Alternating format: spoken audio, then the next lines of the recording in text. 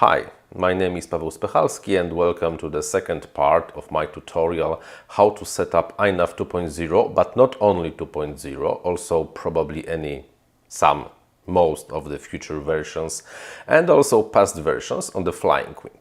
In the previous episode we took a look at the most important settings that does not require any additional sensor assistance. You will not get position hold, altitude hold, return to home, since we did not configure the GPS. So today let's concentrate on, I can probably hide that one. Today let's concentrate on the sensors and on the GPS. First thing, Baro. There are, how to say it, different approaches. Do you need really a barometer on the airplane, since the GPS is able to provide altitude? And the short answer is it's not strictly required, but it is highly recommended to have a barometer on a flying wing or any fixed wing aircraft. Why? Because the GPS altitude data is not it sucks. It sucks, it can jump, it has very low accuracy, and it flies better if it has to maintain altitude with the barometer, because it's doing a sensor fusion of both barometer and GPS data. So if you don't have a barometer, get yourself one. If you have one already on the board, because a lot of boards have a barometer on board, use it. It's really worth it. You don't have to do anything to bring barometer into the plane. The next one is the magnetometer. And no, on the aircrafts, on the fixed wing aircrafts and INAV, you do not need magnetometer, period. I'm not even connecting any magnetometer to my builds, even my GPS unit has one, because it just doesn't make sense. Magnetometer is needed for the UAV to know the heading when it's not moving, and since it's really hard to imagine an airplane that's not moving comparing to the ground, or maybe some very strong wind condition, then maybe over there, but it's really not needed. You might enable this, but no. If you don't have a magnetometer, don't connect it. It will not give you any positive side effects besides just consuming more energy. And now the GPS. The GPS, the better the GPS you have, the better results you will have. The most popular, the U-Blocks version 6 is rather not advised, version 7 not advised.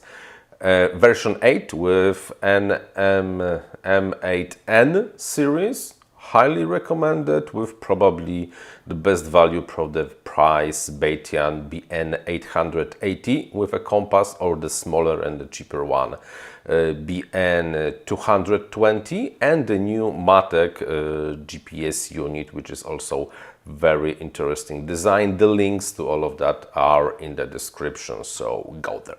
Now, how to connect the GPS. I will not show you how to do the hardware, because it's relatively simple. You have to provide voltage, +5 usually, ground, and most of the GPS units have the serial port TX and RX. You have to just find one free serial port on your flight controller, connect TX line with RX line with TX line, because they have to be crossed like every serial device, and that's all. You don't have to do any other special magic. I'm using the Matek F405 wing, really the best, flight controller for the flying wings and airplanes, because I'm building something kinda biggish. It's a mini drag. Okay, it's not biggish, but really coolish, so the best hardware goes over there. I have connected the GPS to the serial port 5, so over here in ports I just have to select GPS, save and reboot. Now, let me find the LiPo and I will power everything up. It's powered. Okay. Now it's powered, let's connect. It's not giving any GPS yet, because what we did until now is only we configured the GPS on the serial port 5. Now let's go to a configuration, and over here click GPS for navigation and telemetry. Now there is also issue of protocol. Almost all modern GPSs are able to do U-blocks. If you have some very legacy MTK and NMEA, then yeah, why not? But also most of the really modern 8 series U-blocks GPS units can do U-block 7. Should you use the U-block 7? Yeah, you might try. Regular U-blocks will work with everything, and it's very important you don't have to do any special configuration for the U-blocks protocol, because INAV is doing the auto configuration of the GPS unit, giving all the required parameters. Net ground assistant type. Auto detect or choose place where you live or disable. It might take slightly longer if you to get a valid fix if you enable one of the ground assistant. Those are additional satellites that can improve the accuracy of the EGNOS, of the GPS signal. I usually, well, I live in Europe, so I might choose EGNOS or just leave it on auto detect. It will work just fine. And since where I live the magnetometer declination is 3 and 5, I don't have to care about this, because no, look, no magnetometer.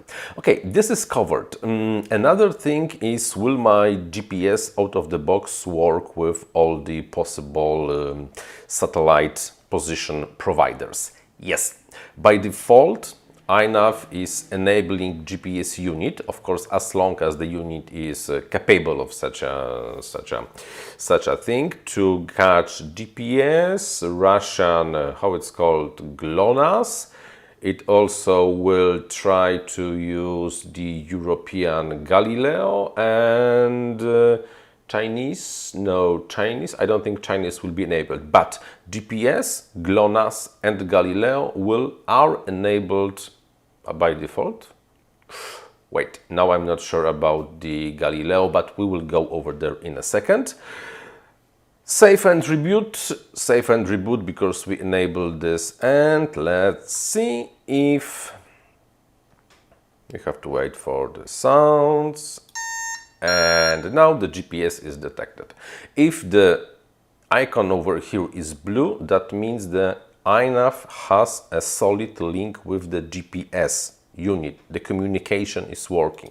If we go over here, we see that the messages are going left and right. There are no errors, no timeouts, but this does not mean that GPS has a fix. To have a fix, you have to be somewhere where the GPS unit might see the sky. I'm living in the, well, kind of well isolated place right now, so I doubt we will get a fix, a valid fix anytime soon. Perhaps if I would, no, I would have to go outside to get a fix, so no.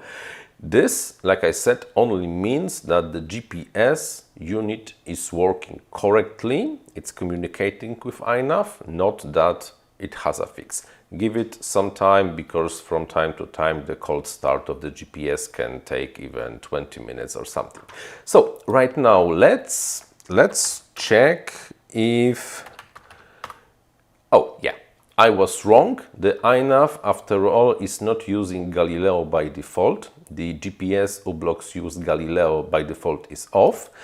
Since I live in Europe, then I can use set U-blocks use Galileo, not Galileo, equals on, save and done.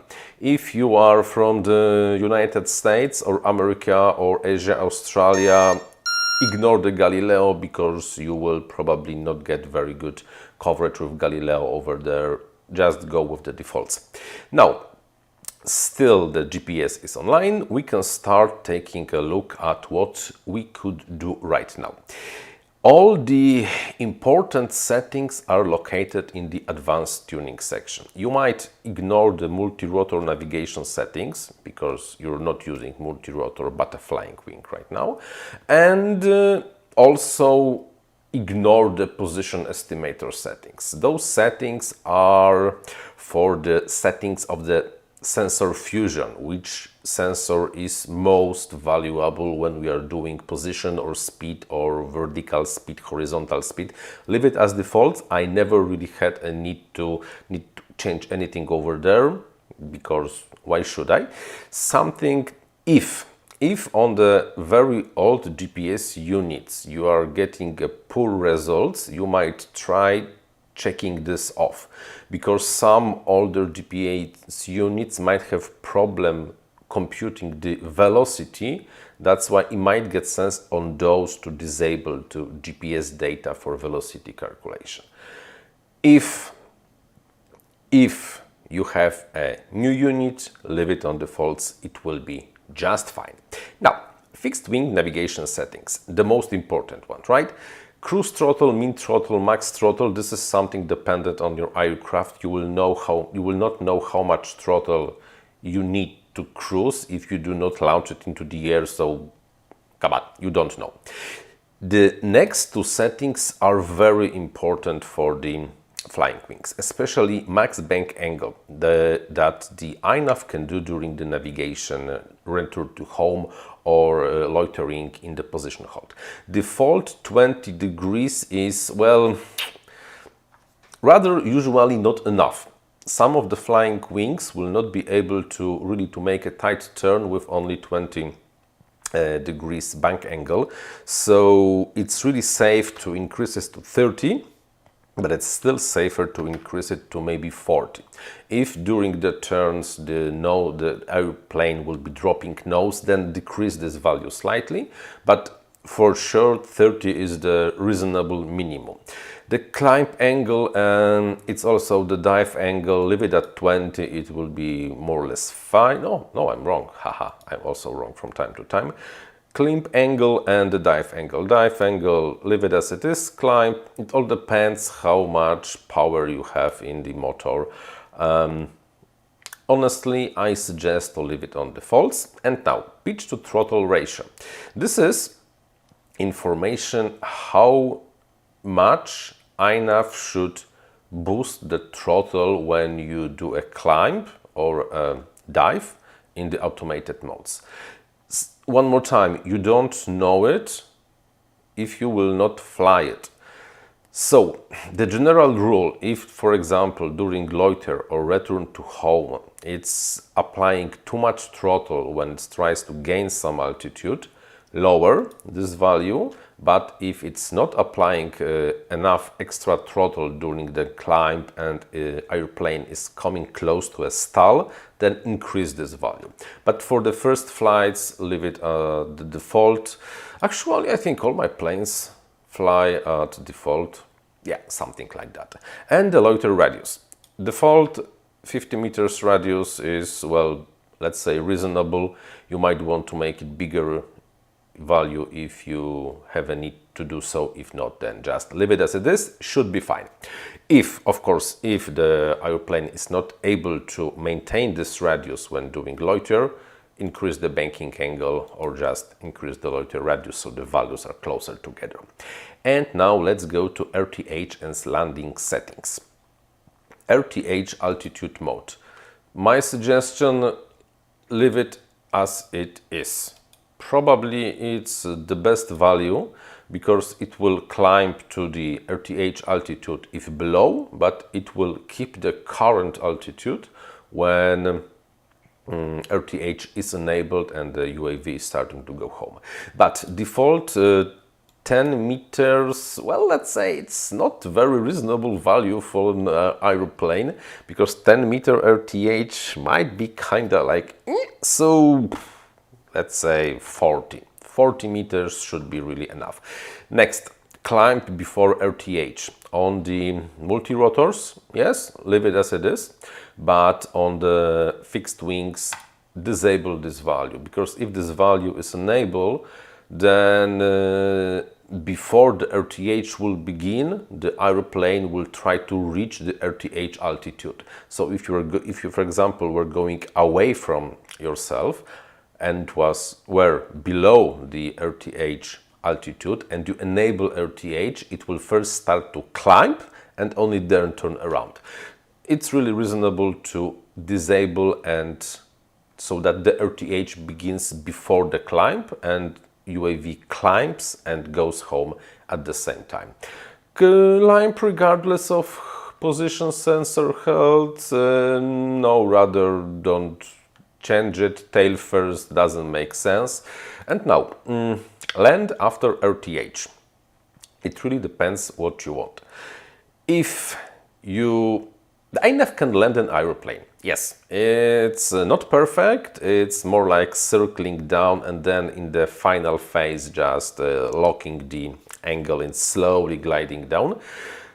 I personally leave it on always, because if I enable the RTH and did not enable the RTH after the home position was reached, that probably means that something is either wrong with the radio link or me or something else, and I really want the UAV, the airplane, to not crash very hard into the ground, so I'm leaving always.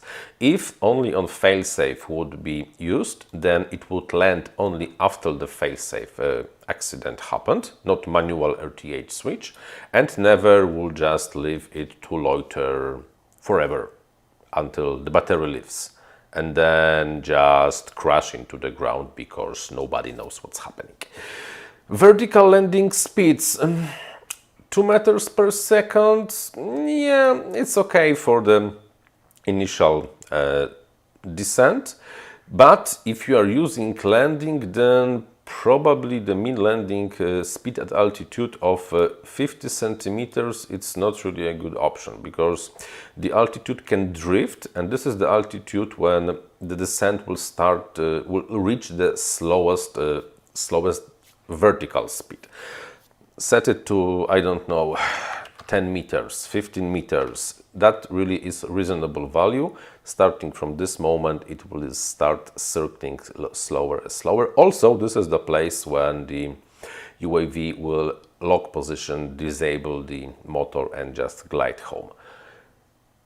Mean RTH distance, doesn't make sense to changing RTH abort threshold. Doesn't make sense to change it. And the emergency landing speed in centimeters per second. Leave it at default. This is really an emergency when something really bad happened. You don't have a sensor for the altitude. It all goes crazy. It's really better to controllably crash at half a meter? No, at 5 meters per second than do something really crazy. Save and reboot, because we usually do a save and reboot. 40 meters over here, never. Oh no, I don't want to have never, I want to have always. I will leave it at 10 meters. This one also at 10 meters. And save and reboot.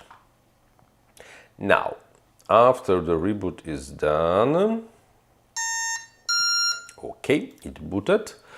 Let's check if the fix is, no, there is no fix, but this is to be expected. The last thing that you should do is to set up the navigation and GPS modes on the switches. There's a lot of them. Sure, because why not?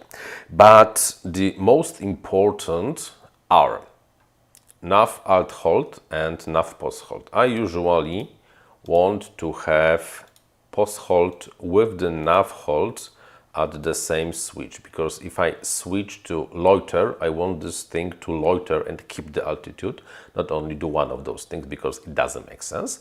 And also the NAV RTH configured separately. This is important. I'm not really activating the failsafe to go to home. If I just want to go home because I'm losing the video feed, I prefer to flip a switch on and enable the NAV RTH mode. So it's not a failsafe, it's just automatically going home on one switch, on one channel. NAV WP. This is useful only when you will be using INAV to perform missions, upload waypoints and things like that. I'm usually not doing this on the airplane, so I'm even not configuring that. Home reset, Yeah, maybe if you really have a special case. I don't have a special case for it. GCS nav. This is also used only when you are using a dedicated ground station and want the ground station to update the position. Usually on the flying wing it doesn't make sense to do it. It can be used, for example, on the multi-rotors and to do the follow me with the Bluetooth connection or something like that, but yeah, I don't care very much about it. And now the nav cruise. Nav cruise is something relatively new to the INAV. It was created with INAV 2.0, and this simplifies the cruising because INAV will just keep the heading, and with, for example, with the yaw stick you can just change the heading, not the angles, and it's honestly I never used the cruise before. I will probably do it with my new mini drag, but not before. If you want this, then yeah, come on. You can, but this is not really the most important thing. Auto trim, auto tune, I made a separate videos about that, so take a look at those videos. Beepers, kill switch, fail safe. Oh, very important, because I'm always using modern receivers, I don't have to configure the fail-safe mode. Fail-safe mode is to be used when your receiver is not able to communicate with the flight controller that it's entering the fail-safe mode. I'm using R9 system, and all the current FrSky receivers that are using S-port or S-bus or F-port are communicating the fail-safe internally by the protocol. I never really had a need to configure the fail-safe mode. It's only when you have really a legacy receiver that is not using S-bus and it's not able to communicate that the fail-safe has happened, and the kill switch that, well, it's a kill switch. I'm not using kill switch. I usually only disarm. And that's all. And of course we also have nav launch. I think I've made a video around 2 years ago how to use nav launch. The link is also in the description, so you might go over there. And now let me check how long this video already is. It's 23 minutes since I started recording, so I think it's all for today. In the next episode we probably will take a look at the OSD, because there are some fancy things happening over here. And that's all for today. Until the next one. Bye bye.